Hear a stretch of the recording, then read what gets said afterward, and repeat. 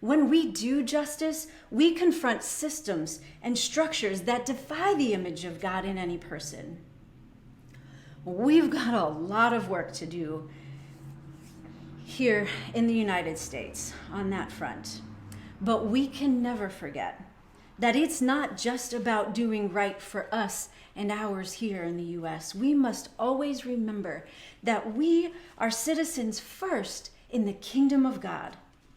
Our family extends beyond our borders and to every tribe and tongue and nation on this planet.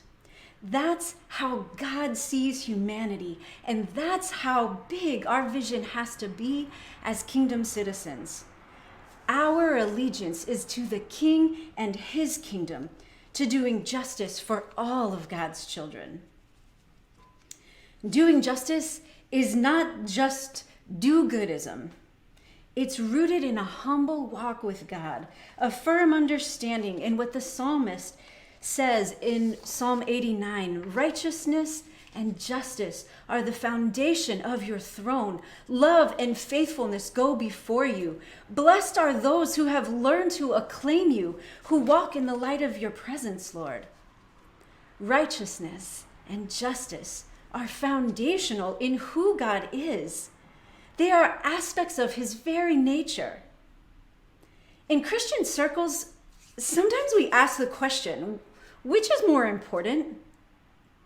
The Great Commission or the Great Commandment? Evangelism or justice? That's the wrong question.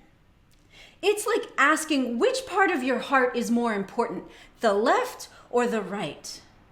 You can't separate your heart and still function. God's heart is for people to know him and for people to love their neighbors as themselves. For us to do justice and be able to point to God as the reason for all that we do. It is both the Great Commission and the Great Commandment. The right question is, how do I love God with all of who I am? To be honest about the ways that I live, and live in a way that doesn't just benefit me or people like me. Righteousness and justice are the foundation of faith, and the psalmist reminds us that we are blessed if we learn to walk in the light of the presence of God, who is righteous and just. God makes it super clear for us what is good and what he requires of us. We are required to do justice, to act justly. So let's get really practical. In the midst of COVID-19, let's do justice by praying for our leaders and supporting legislation that meets the needs of those who are most vulnerable. There are people who are already disadvantaged.